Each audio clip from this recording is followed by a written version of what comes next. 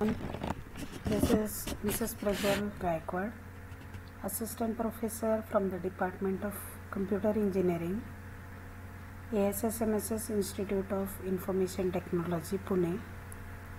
Today I am presenting you the topic of Basics of Regular Expression.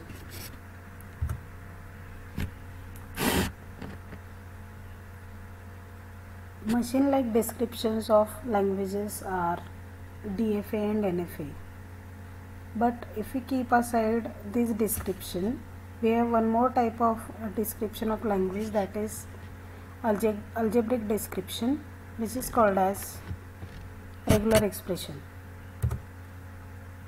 Now before going to how we can write actual regular expression or how we can describe a language with algebraic form, we first have to study what the three operations on languages are there. So we'll start with first operation, that is union. So for example, I have taken, suppose language L is a set of 001, 01 and 111. Language M is set of epsilon and 001. Then L union with M will result in epsilon, then 01, then 001. As 001 is there in both the languages, it can be written only once, no need to write it twice, and then 111. So you can describe L union M as which is present either in L or in M. Then we move to the next operation, that is concatenation. Again, for concatenation we are considering same language L and M. The concatenation can also be called as a dot operator. So while writing, the concatenation is written as L dot M, which is write the first language L as it is. So it is 001, 01, 111. Then we write L dot M, that means concatenate these two. So now as epsilon indicate concatenation, these first three will be as it is, so no need to repeat again these three.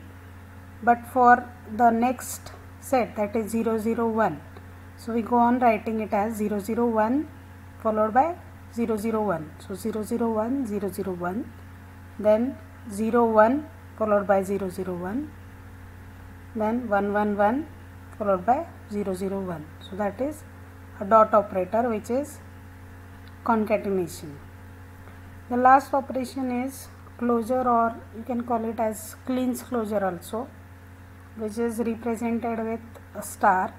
So if suppose my language is represented at set 0, 1, then my L star or clean closure or closure of language L is all the strings of zeros and ones.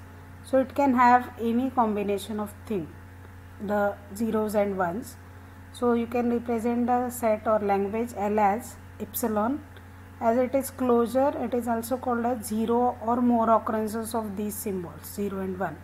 So when we say 0 and 1 0 times, then it is epsilon. So while writing language L, for L closure, you can write it as epsilon.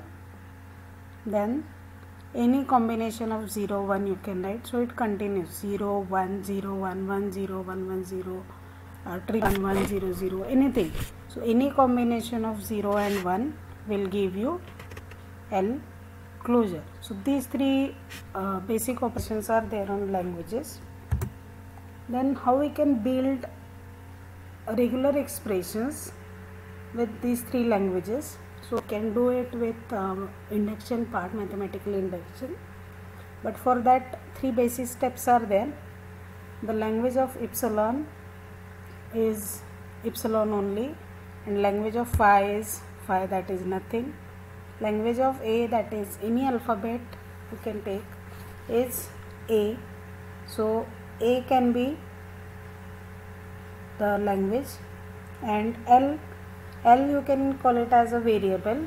So that can be followed by like any number of alphabets can be taken and the language can be written. So that is the basic step. Now induction step, while doing on this, we assume E and F are regular expressions. Then we say L into bracket E plus F equal to, so we can call this plus as union part. So it is language of E union with language of F. So that gives union of two languages or two regular expressions, E and F. Then language of EF, that is again a dot operator, we can say. If dot is not given, it is assumed. So EF, then it is language of E, then followed by language of F. Then language of E closure will be equal to the whole bracket, it is language of E closure. So it actually makes a closure of the whole language. You can have 0 or more occurrence of that specific regular expression. So that is the basis as well as the induction steps for building regular expression. So in the next video we will see how actually we can write regular expressions. Thank you.